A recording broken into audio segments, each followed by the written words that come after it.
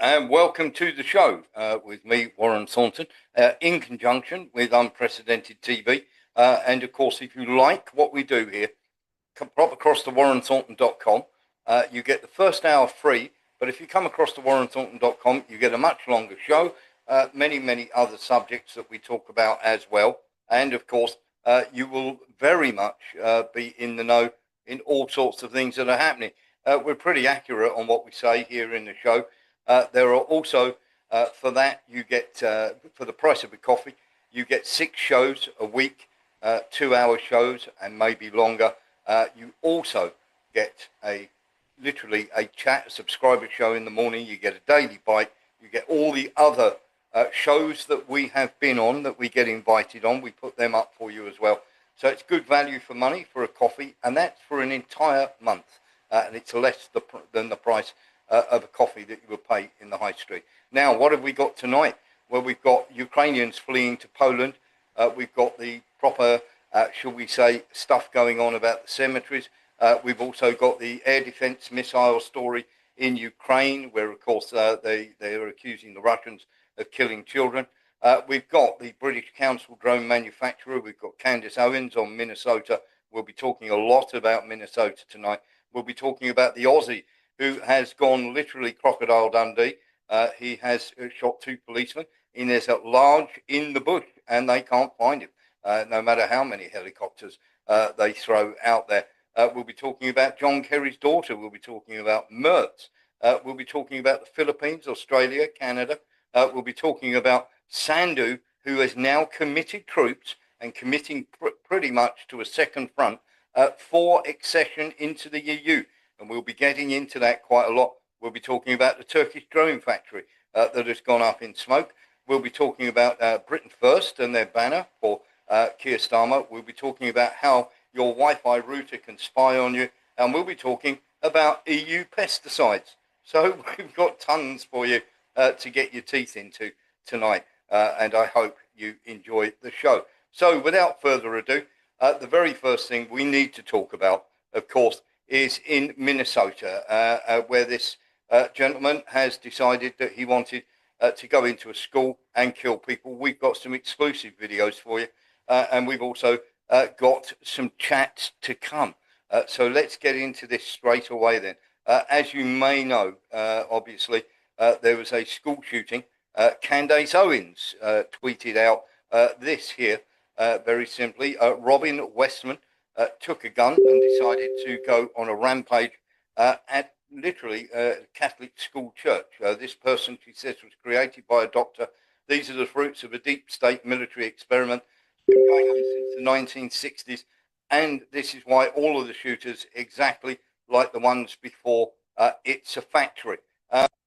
Not sure that I agree with that, but there is something to that. And of course, we'll delve into this much deeper, because of course this is not going to go away. This is something that's going to be talked about for a long time. Now, the gentleman in question is a trans, and of course this is a picture of many trans who have carried out similar crimes. Stephen King, we had a bit of an argue with. Stephen King, the author, we had a bit of a disagreement with him when he turned around and said, it's not a trans issue, it's a guns issue. No, it isn't, Stephen. It's definitely a trans issue, and we're going to explain why. And of course, people are turning around and going, if you take away the guns, well, what are they going to use then? Knives? You're going to take away pointed sticks? You're going to take away scissors? These people are mentally ill, and that is what we are turning around and saying that is the case. Now, this gentleman, shall we say, or lady, or whatever he likes to be called by himself, he has left notes, and of course these are the notes that he left. I do not expect forgiveness, and I don't expect an apology. I have to hold to hold much weight, but to my family and those close to me, I do apologise. The effects my actions will have on your lives. Please know I care for you all so much, and it pains me to bring this sort of chaos into your lives, really. How narcissistic can you get? This will affect so many more people than the ones that are immediately involved. To my mother and father, I'm sorry I didn't turn out as you hoped. You did not fail me. You gave me so much. I truly appreciate the love. Blah blah blah. There's plenty of this, of course, that you can read for yourselves, and it is all online. It is on. I will be putting this on my Twitter page so that you can have a read of it. And of course, he signs it. I love you, and all the rest of it. And then, of course, literally, I wouldn't recommend any of you to read my journals unless you really want to, but be warned. And of course, lots of ramblings there. Of course, that was meant to be kept secret, but of course, it was people screen grabbed it before it came offline. And also, we have the video of what he was up to just before this happened. So what we're going to do is we're going to go through some of these transgender issues that we have here, and we're going to talk about it, and we're going to sort out what is fact and what is fiction, because there's a lot of fiction out there, and there's a lot of stuff that you're not being told about these issues that do need to be taken into account.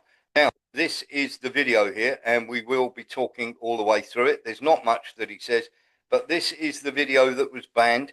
Fairly chilling video, I have to say. Let's have a little look while we're talking. So he decided that he was going to go on this rampage. As far as we know, he has killed 2 and injured 19. And of course, this is him preparing this video. Thank you very much to our friend Iliev at RT for this video, because of course this has been taken down off most mainstream media sites. As you can see, there's all sorts of ramblings and writings on guns, and also the equipment. He's got an entire arsenal of weapons, and of course he's been using those. He used these on this rampage and then turned the gun on himself. Now, there are a lot of people out there that are saying this is a cry for help and everything else, and we shouldn't. There's actually people coming out there and saying it's right now that we need to support transgenders. Quite incredible that they would be coming out with this sort of nonsense as we are sort of talking about this. This is not the first time. This has happened quite often, and let's put it this way. This isn't, as I say, this is a trend, and there is more of this to come. I am absolutely 100% convinced there is more of this to come, and I am laying the blame for this squarely at the door of our governments and the people who push these agendas. And of course, that includes lots of things, as Mark Onza says, Disney. Anybody pushing this trans stuff onto people is literally to blame for this. As a society, we allow this sort of, should we say, rather crazy stuff to go unstopped or unhelped, I should say. And of course, we're going to get more and more of this as we go along. The Minneapolis church shooter, of course, as I say, identified as trans. Now, you would have seen, definitely would have seen, where he turned around and said, "I'm sorry, I didn't turn out as you hoped." And of course, that is a fairly regular thing that you get from people who are carrying out this sort of craziness on a regular basis now. This is happening more and more and more. And of course, many people are turning around and saying, you can't blame it, you can't blame it on this, you can't blame it on that. That's absolute rubbish. You can blame it on that. And of course, as you see, there's an entire arsenal of weapons that he has. So let's get into some of the nonsense that is being sort of spouted out there. And it's, I think, probably it's reasonable to turn around and say that the people that are talking about this don't know what they're talking about. We've had a thing from RFK who's turned around and said mass shootings and psychiatric medicines. They're saying that literally they've done this. Any conversation to do with mental health and suppressed evidence, including SSRIs in suicide. Since Prozac entered the market, there have been many horrific suicides and murders. So RFK is laying this at literally the psychiatric medicines, or the medicines that are used to control this. And there you can see the medicines and the timing. Now, there is a link. There's no question that there is a link, but it's not the main reason that we believe that this carries on. And of course, there are many people shall we say, that are talking about this and going to carry on talking about this. But I want to draw your attention to this. Now, what they were doing was literally posting straight after. Now, this is on a trans website. More dead Christians. To me, it seems like really bad guys. Elector fascists. Your kids are legitimate targets. Republicans are the enemies of humanity. Thinning the herd is our duty. More dead Christians, lol. To me, it seems if you elect a really bad guy that's cruel to people and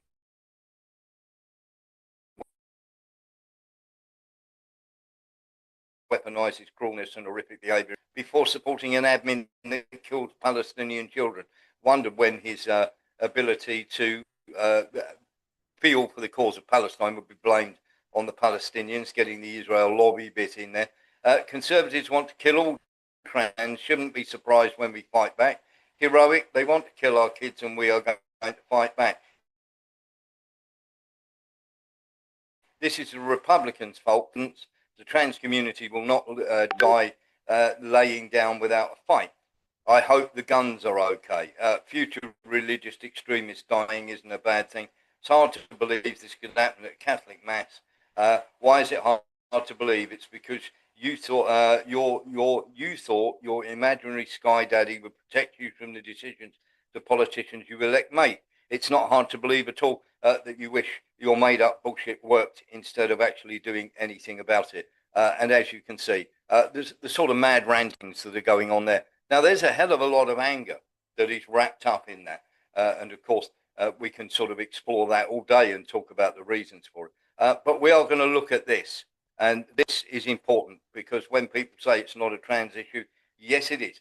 Trans and non-binary, Asian, black, white, Hispanic, public incidents with 4 or more fatalities. Now, that was published between 2015 and 2025. And yes, I know I took that down fairly quickly, but this is an even better indicator here. Mass shootings by demographic here, when they're saying anti-Christian rhetoric is part of the problem. No, it isn't. This really is. Transgenderism needs to be labelled as a mental illness, and they are absolutely right. And it is not the illness that you might think it is. Now, the mass shooting by demographic, trans and non-binary, 0.7, 4 or more fatalities per million. Trans and non-binary, then Asian, then black men. So as you can see, when you put the two trans categories together, absolutely anything else that is out there on the case of, you know, whether there's a link between trans and what is going on out there, there quite clearly is. And for us, it's a mental issue. May not be for the people in the chat. And of course, they can all turn around and have their say, which is what we're here for. But we are going to literally have a chat about what we think is the thing that causes all of this. Now, as far as I am concerned, the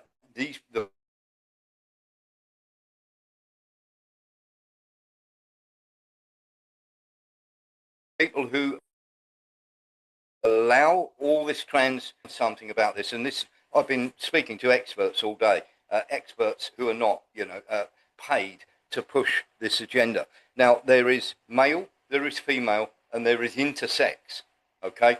And that is absolutely something that is very, very prevalent. Now, intersex is when you have a very, very small portion. Now, it's 0.00018 of the population have a defect at birth. That is sorted out normally by the doctors at birth, and you are assigned whether you are male or female based on the percentage of those characteristics. Hermaphrodites are incredibly rare. Transgenders are incredibly rare. This is a mental illness, no two ways about it. And it is being pushed in our schools.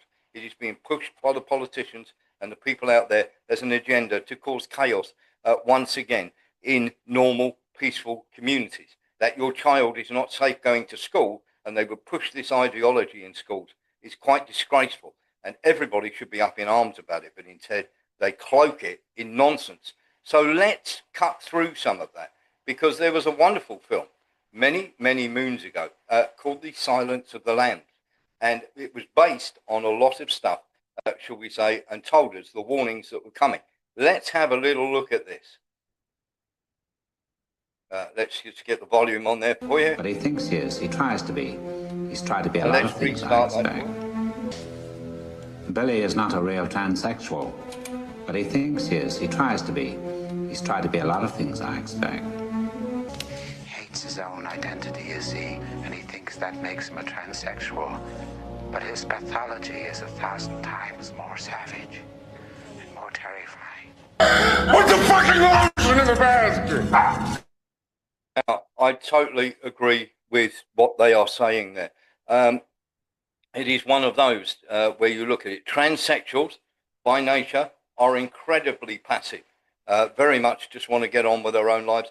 And there are genuine, what you call people who genuinely believe they're trapped in the wrong body, but do not have this pathological hatred. And you've all seen it with trans turning up at various events to beat up people or start screaming at people who turn up and say that these people can't go in women's spaces, inside toilets and inside changing rooms and everything else. And they get very, very aggressive. Now, these people are not transgender at all. They have a mental illness, and that mental illness transmits itself in the form of aggression. And of course, they think they are something, but as they say, there is something there that is far more savage. As I say, genuine transsexuals are incredibly passive. They're the least that would ever hurt a human being. So I just wanted to put that out there so you have some idea of what we're talking about here. Anybody who disagrees, by all means, say so. But as far as I'm concerned, 100%, this is a problem that has been created. There may well be drugs involved. There may well be, shall we say, a sort of MK Ultra style thing. That could happen, and it very much could. Let's have a listen to this. Crazy, I want to poke it with a stick. So let's delve into this manifesto a little bit. That's why I don't hang out with. Exactly. So I think I'm going to skip around, but this part obviously is in English. I think I'm dying of cancer. It is a tragic end. It is entirely self-inflicted. I did this and have been destroying my body through vaping and other means. And there was a report that he used to work at a cannabis dispensary. I think I have lung cancer. I felt many pains that make me think I am past the point of recovery. I don't want to recover. I don't want to throw my life away by rotting in a hospital bed. I don't want the rest of my life to be as a cancer patient. So scrolling down a little bit. So here it is. Due to my depression, anger, and twisted mind, I want for years. And so now you're talking a little bit about apologizing to his family, but look at this right here. I want to escape from this world. I want to escape from the constant bills, the crappy jobs, crappy people, and injustice of America. I am done with this. I will not bow. I will be selfish and leave you to pick up the pieces. It is my fault. Blame me, but please move on. I want to skip ahead to the other part here. I am a sad person haunted by these things that do not go away. So there you go. Just like Dr. Charlie was talking about, they are haunted by these things. I know this is wrong, but I can't seem to stop myself. I am severely depressed and have been suicidal for years. Only recently have I lost all hope and decided to perform my final action against this world. I don't want to kneel down for the injustices of this world. I want to die. I'd rather die on my feet than live on my knees constantly in pain. And you hear this framed as if this is some kind of heroic act, as if this is some kind of... It is not. It's entirely narcissistic and entirely, shall we say, all about them. And of course, that is complete nonsense. What they do is they bring great harm and great destruction to many, many people's lives. And the governments, and as I said before, the governments, the schools, everybody is responsible for this. And unless you put a stop to it, this is going to happen over and over again, and children are going to be slaughtered. And it's going to keep happening unless the public wake up and they put a stop to this utter nonsense. Because most people who say they are transgender are, you just go and have a look at the aggression facts, go and have a look at the amount that are in jail for sexual crimes. The ones that are in jail, you will find the trans community, when they go into jail, 71% of them are in there for a sexual crime of some nature. Okay. This is a mental illness that needs dealing with. And don't get me wrong, these people need serious help. But fueling their delusion is fueling what they do next. Okay. And it's not going to stop. I cannot say this strongly enough. So I'm going to play this one more time just to get this into people's sick skulls out there. And Stephen King, if you're out there, and various others, I just want to push this agenda on you so that you know exactly what's going on. Whether mind-bending drugs, whether they push people into it, whether they're psychologically damaged by the nonsense that comes out of people's mouths or the people they go and see, or whether they're coerced into it. This is going to keep happening. Billy is not a real transsexual, but he thinks he is. He tries to be. He's tried to be a lot of things, I expect. Hates his own identity, you see, and he thinks that makes him a transsexual. But his pathology... So there we are. That is absolutely true. They hide behind this, and it is a mental illness that is killing kids. Stop it. Okay. On with the rest of the show. Very, very simply, let's get into something that is even more bizarre. This is a gentleman called Desi Freeman, and he has gone all sort of Crocodile Dundee, Ned Kelly. In Australia, there is a gentleman who has shot 2 police officers and killed them and injured another one, and they are now looking for him. He is a heavily armed prepper. He is brilliant at bushcraft, and despite all their best efforts with all sorts of things, they cannot get this guy. And of course, straight away, the Australian press are after him. Now, we don't know what kicked off the incident where he ended up shooting 2 police. He didn't go out and find them. They went to his property. Now, Australia's most wanted man is a sovereign citizen. What do they believe? Sovereign citizens are one part of what is often called the freedom movement, a loose network of people who resist government restrictions and call for greater autonomy and individual freedoms. They became highly visible during the COVID-19 pandemic. What an amazing thing. Rallying against lockdowns, mask mandates and vaccine requirements. But the roots of the ideology predate this. Many are associated with men's rights movements, fringe Christian groups and far-right activism, of course. I wondered when far-right would come in there and they would blame Christians. Now, don't get me wrong, I'm not saying this guy's a good guy, and no matter what they've tried, they can't find this guy. They've had special forces out there. They've had heat-seeking helicopters, you name it. They've had absolutely everything out there. And, of course, he is still evading capture. And, of course, this is causing some consternation, and they're saying he's a danger to everybody else. But so far, he has not fired at anybody else at all, only the police. And we still have to wait, if he hasn't turned the gun on himself, to find out exactly what is going on here. Because, of course, we are not going to get the full story or the correct story unless the guy is found alive and is allowed to speak. And we're going to hear from the Aussie Cossack on this. G'day guys, Aussie Cossack here, approaching 1,000 days locked in the Russian consulate, also on the run from the New South Wales Police as a fugitive. Not as wanted as Desi Freeman. I'm wanted for very minor things, but nevertheless I'm defiantly holding the line and not giving in to the cops. But Desi Freeman, this bloke in rural Victoria who's literally in Ned Kelly's backyard, not far from Glen Rowan, and doing the same thing Ned Kelly did. He's on the run. And what I want to say about this is the police themselves are to blame for being shot. And I'll tell you why. It sounds insensitive, it sounds terrible, and you're going to think, what's he on about? But of course, condolences to their families. We don't want any police to be killed, but this is the reason why they're to blame. This protocol, police protocol, they didn't follow their own protocol when it comes to an FPO. Now, FPO, Firearms Prohibition Order. I know about this because I myself have an FPO, and I used to be searched all the time. Now, police never rock up to your house if you have an FPO. If they suspect you have firearms, illegal firearms, legal firearms, whatever, access to firearms, They will never knock on the door and grab you and give you time to react, give you time to reach in and grab a gun or a shotgun or a rifle or a handgun. If the police have put an FPO on you, what they'll do is they will intercept you and grab you on the way home when you're walking into a house. So there's not a opportunity for you to ambush them. Now, these aren't my rules. This is the rules that the police set for themselves. And I challenge any police officer watching this to disagree with me.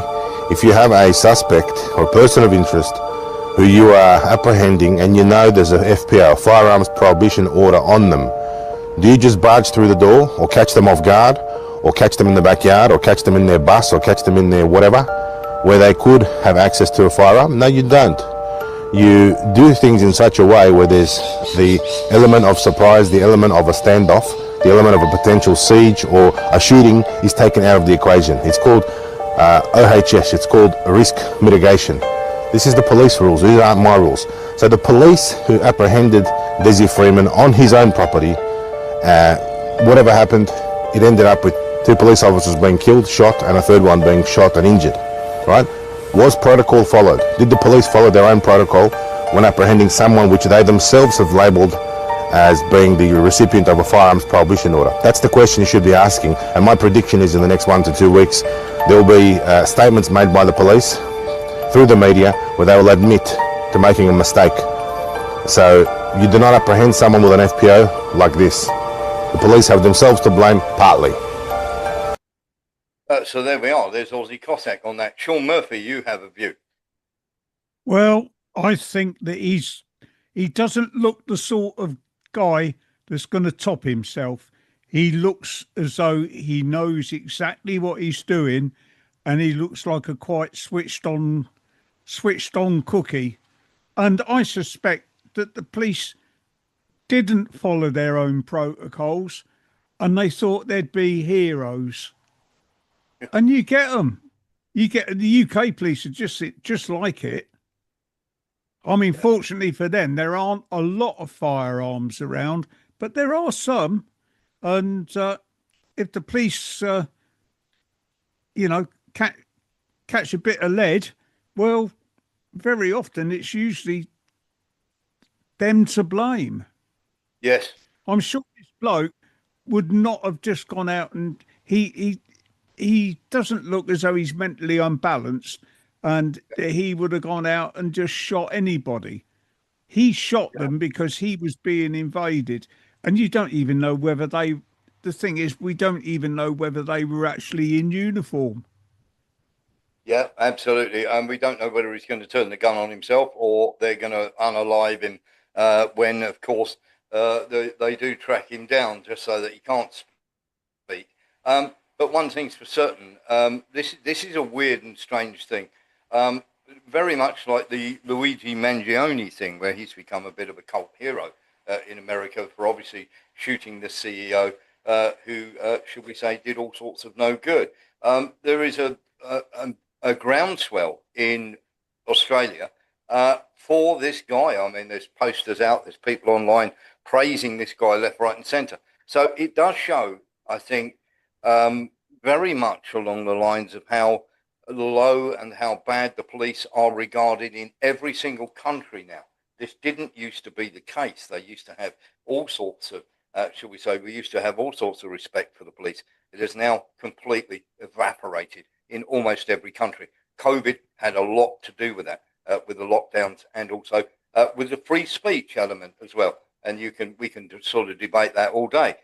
But the actual Australian authorities have come out and said, please don't give shelter to this guy because everybody is out there cheering this guy on.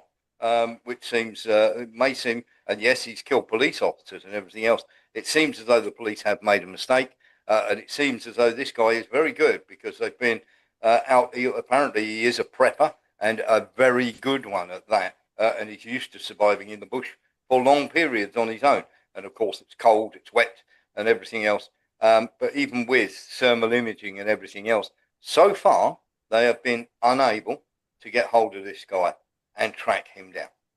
So there we go. That's the story of Australia's Rambo or Crocodile Dundee, whatever you want to call him. I am half expecting someone to turn up and say, look, as far as I'm concerned here. I've come to save you, him. I've come to save you. Come to save the police. Come to save the police instead of saving him. I've come to save you from him. It does sound like very much he's a bit of a Ned Kelly type Crocodile Dundee character. Robert. I'm reminded of the old days of Tsarist Russia, where the locals in Siberia would leave food out at night.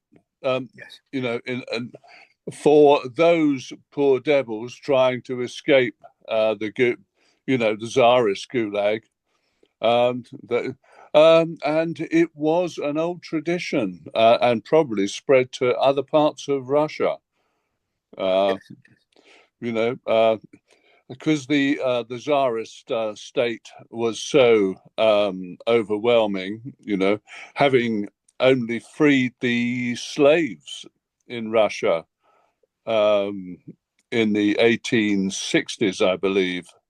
So, and you know, the Russians had a folk memory, and this reminds me of those days. And perhaps, you know, there are old Russians living in Victoria.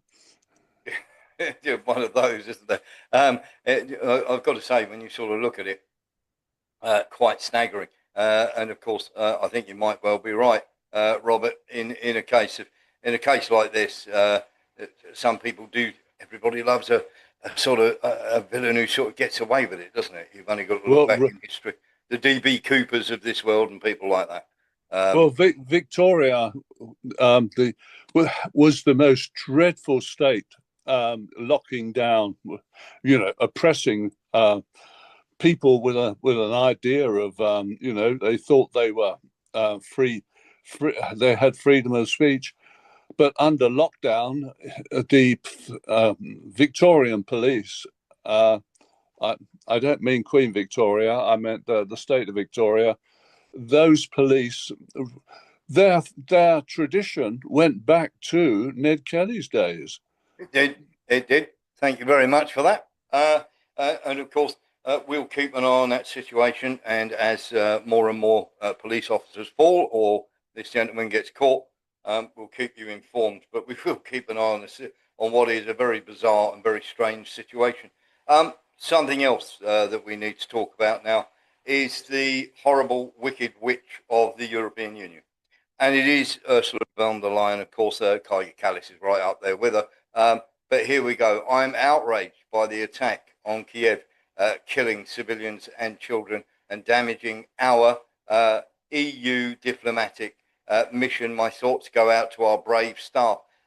Russia strikes on Kiev will only strengthen Europe's unity and defence. Now, the thing is with this, von der Leyen had to repost it because she did come in for some stick, because originally it was damaging our EU diplomatic mission. My thoughts go out to our brave staff, and I am now outraged about the missile and drone attack on Kiev, killing men, women, and children.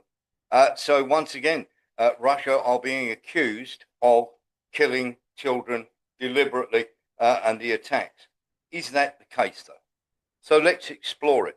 And of course, we'll put aside Ursula von der Leyen's wish for the EU outrage at the EU offices being hit before, of course, the children, and then, of course, turning that text around. And of course, that is something, as I say, she's received stick for and has now deleted that original tweet, which, of course, we all know exactly how she feels as far as she's concerned. This is something that she can just keep going on with, keep banging away about. And of course, it's not going to stop. Now, what happened then? Well, this is what happened in Kiev, and we're going to go through this so we can show you and tell you exactly what happened. Here we go. This is Kiev getting struck. As you can see, time and date stamps are in the top left corner. Now, you're just about to see a missile strike on the right there, as you can see there. And that is on a drone factory. Now, that is a factory that manufactures drones for, obviously, UAVs for use, and you can see a secondary strike on the building there. And of course, the EU and everybody else is starting to get upset. Now, we're going to get into deeper detail on that in a minute. You will see, as you can see, there were two hits pretty much one after the other. There's another one on the other side, on the outskirts of the city. Now, that's important that you actually got to see that. So we're going to go through a couple of things that are important here. This is the missiles that came in, and as you can see, they are Kinzhal missiles that have come in and actually hit those buildings, or that building, as people are calling it. And they, of course, von der Leyen, with her text there, made you think that these buildings were all in the same place. Well, let's have a little look, shall we? Because the trade building, as they say, is, of course, a building that was making drones, and they're saying that the British trade building, of course, was hit as well, which is disgraceful. Obviously, people are going, why are they bombing that? Why are they bombing that? Well, it's long been used in helping in the manufacture of these drones. And of course, people are turning around and going, that can't be right, can it? Yes, the British Council drone manufacturer is right next door, and as actual fact, part of the building has been used to make these drones. So before we go there, the EU building, of course, is right across the street, and we're going to have a little chat about this, because the British Council are at 29 Zielanska Street and are located right next to UKR Spec Systems Kamikaze Drone Manufacturer's Office, 30 to 32 Zielanska Street. We would turn around and say, bad idea to obviously put your British, shall we say, and your EU buildings right next to a drone manufacturer. That seems a very stupid thing to do. It's also a very stupid thing for you to put, shall we say, all your eggs in one basket when it comes to your defences. Now, we've shown you a couple of pictures there of the buildings.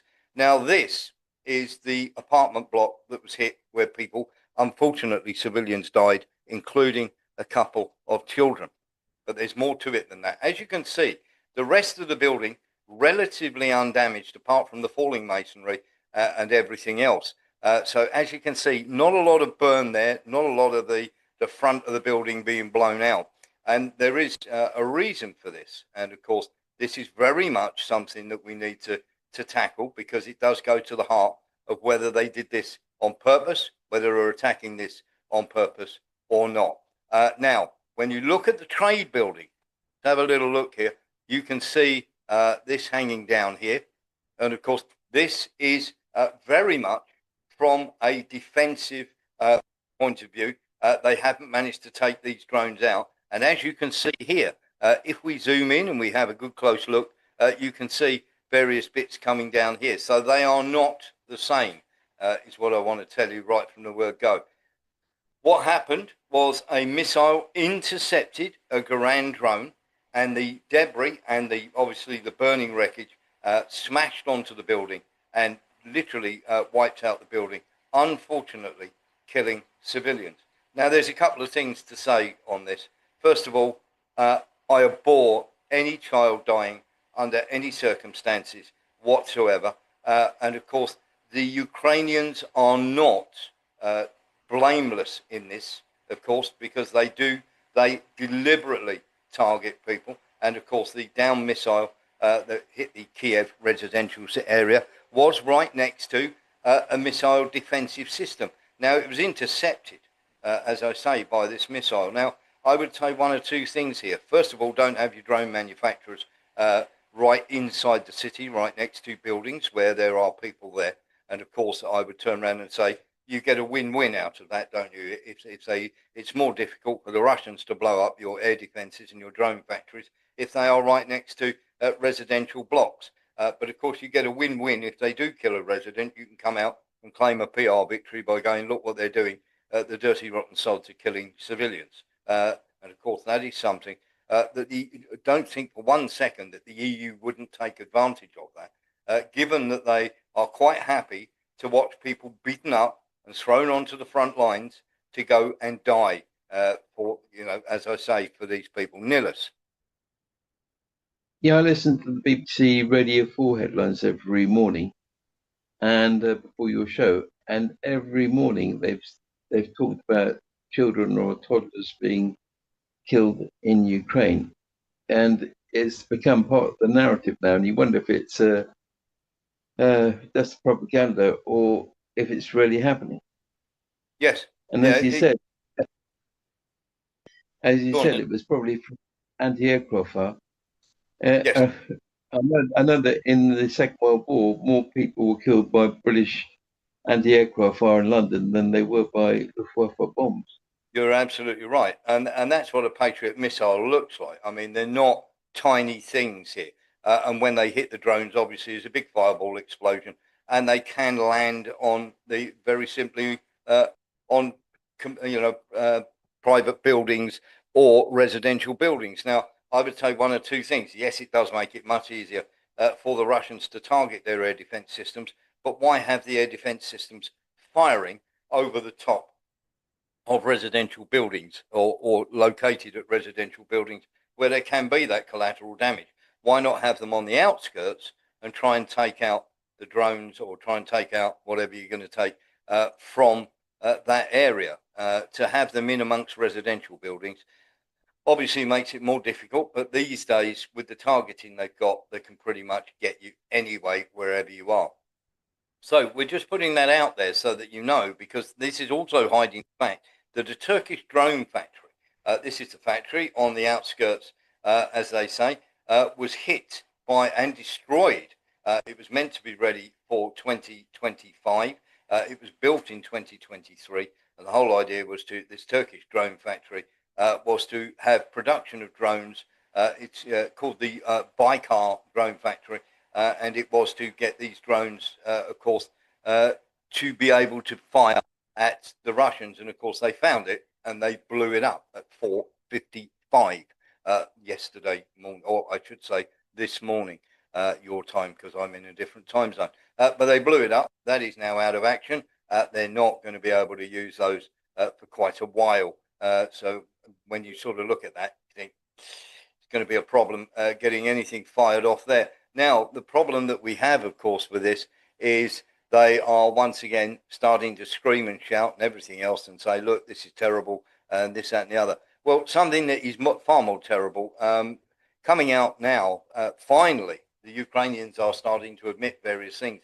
They have published a report outlining the number of criminal proceedings that took place for deserters. Remember, they said they had over 400,000 deserters. We said no, half of them will already be dead. Well, it may be more, and there's a reason for us saying this. So let's go through the desertions once again.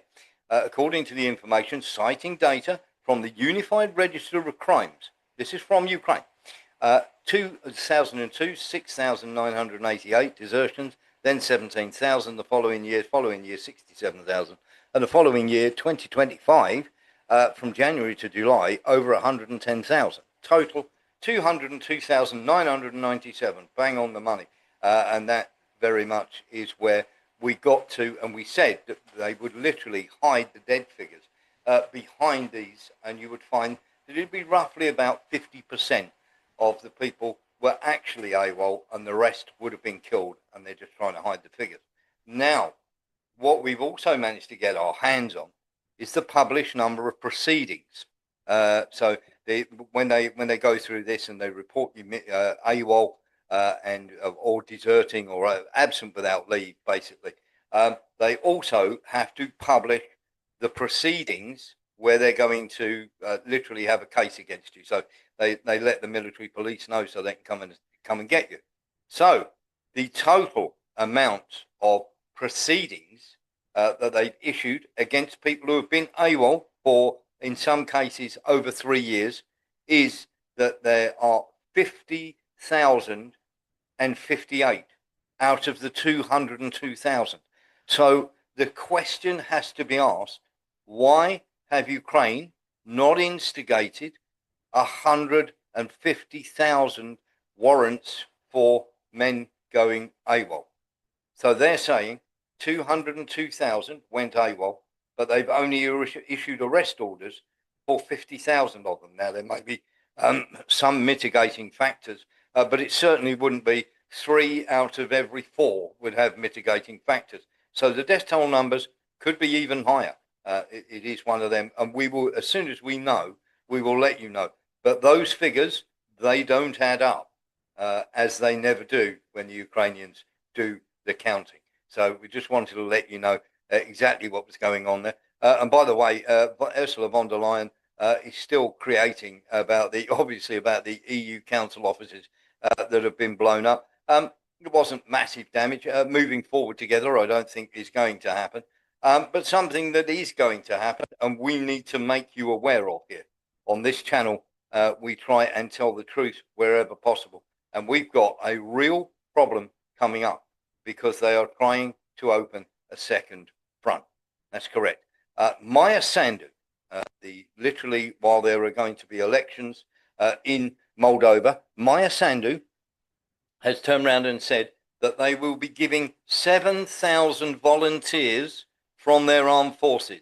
7,000 volunteers. They are saying that they are going to be mercenary soldiers, but they are not. This is a deal that is struck with the EU and Moldova to fast-track Moldova into the EU.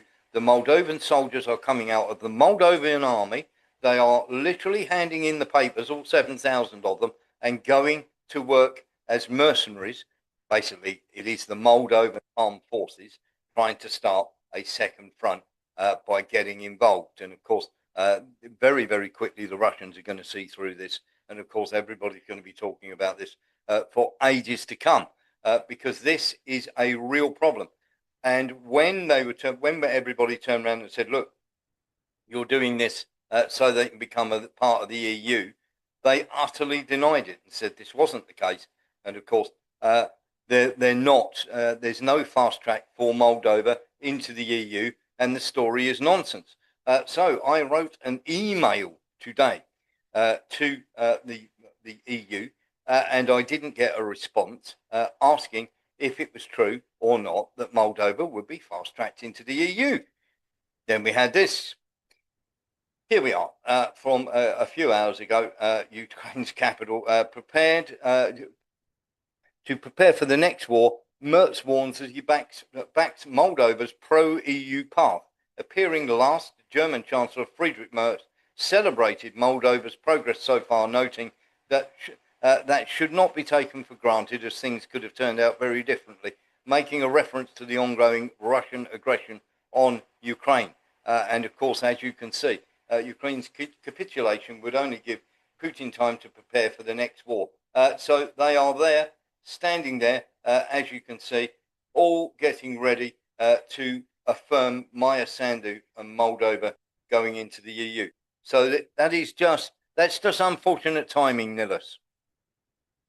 Yeah, well, we know that the only reason Sandu won the election was from the European diaspora, and the actual Moldovan didn't want her.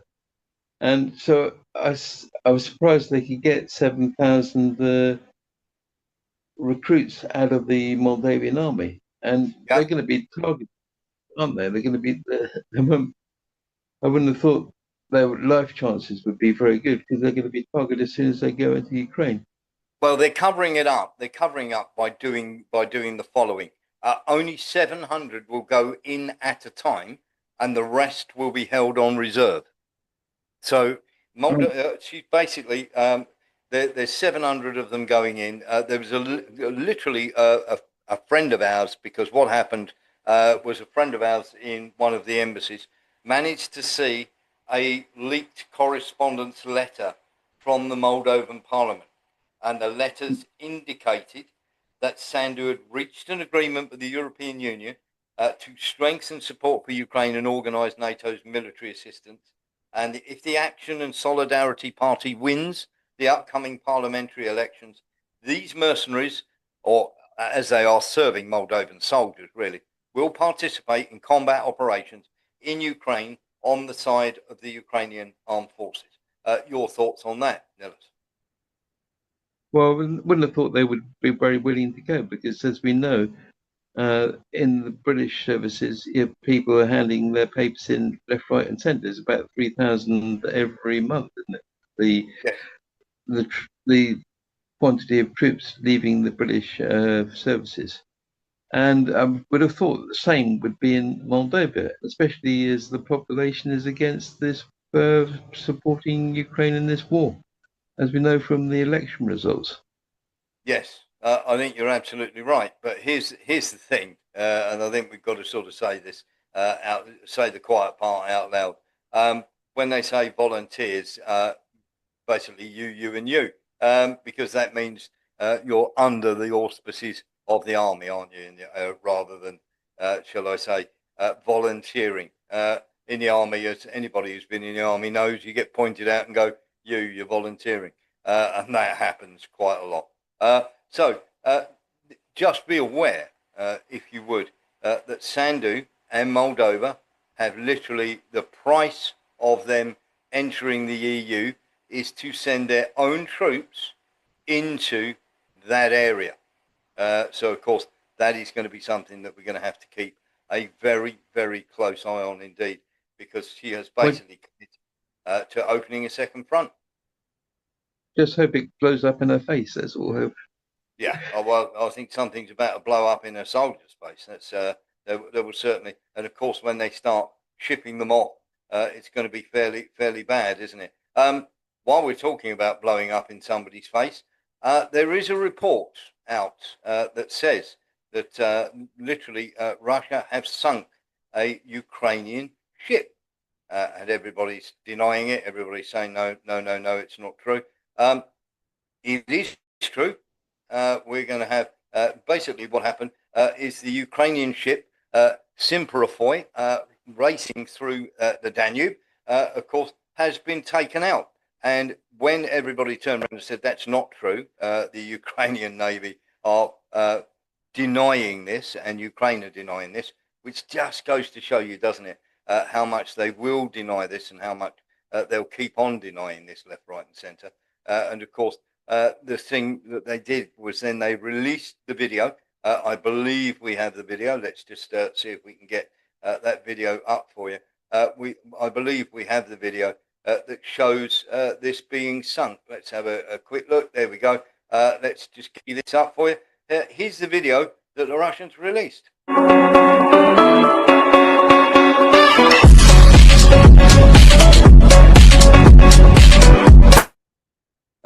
we go. So proof positive that indeed they did hit it and they did sink it. Lee Williams. Yeah, the Russians are lying. Sorry, that's called telling the truth. Sorry about that. Yeah. Yeah, one of those, isn't it? Where you look at it and you go, not quite sure that Ukraine are rolling with straight dice. What a surprise. Let's have a look at this.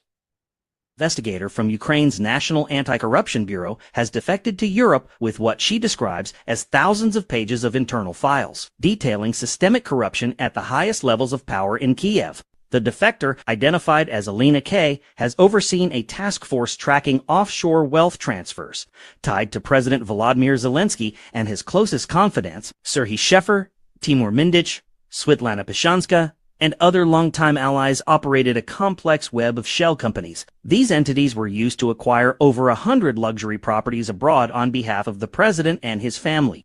Система була побудована так, щоб приховати все. Гроші від державних контрактів переказувалися на рахунки дружніх компаній у Києві. Потім їх ділили на менші суми і переказували через Латвію, Кіпр або Швейцарію. Після того, як гроші нарешті були отримані на іншому кінці, вони були відтрачені на покупку елітної нерухомості. При цьому завжди під ім'ям ще однієї офшорної компанії. So that report was given, or that video was made by the Daily Telegraph.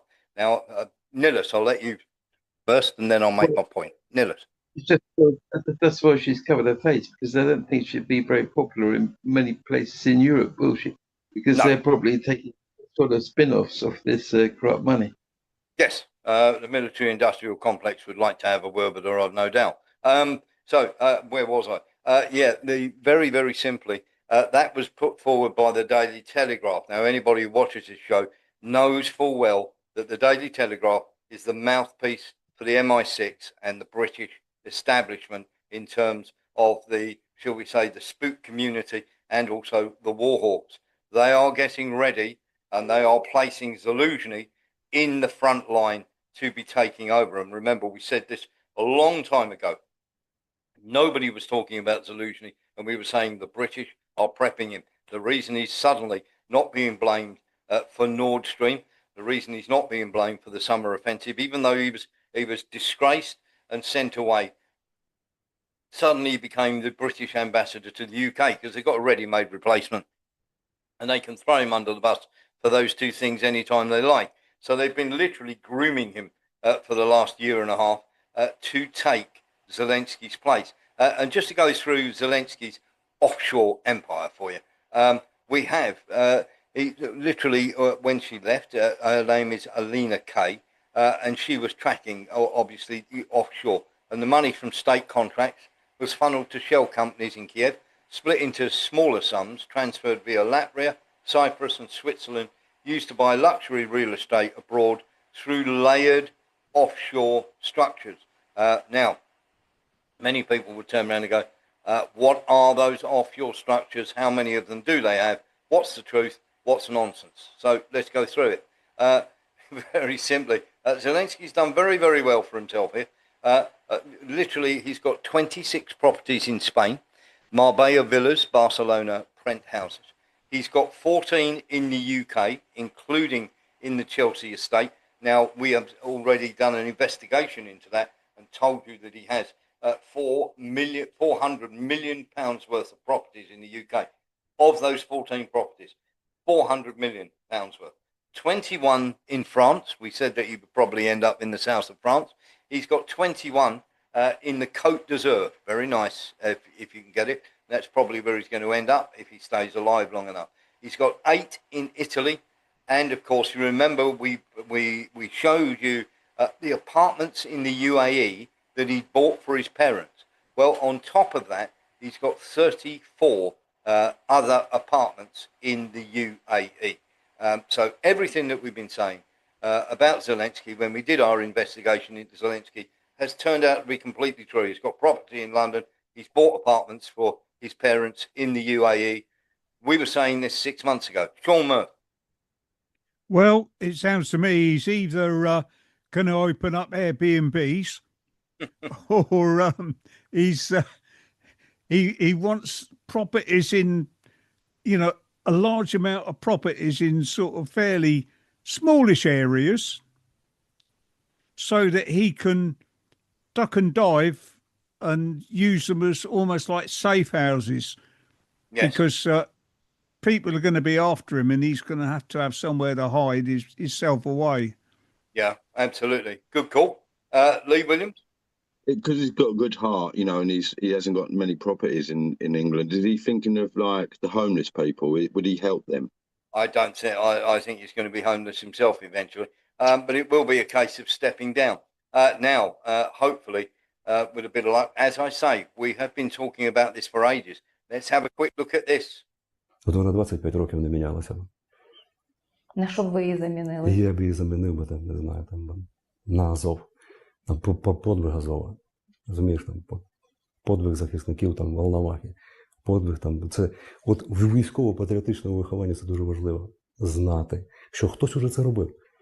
І наслідки, що він зробив, ось воно як. So there we go. He's more neo-Nazi than the guy who's in charge. Just letting you know what's coming up and what they are looking at. So it won't be anything spectacular. It'll be very much the old guard, but full, more and more full. Now, it is time for you to leave us on X. It is time for you to leave us on all the other platforms.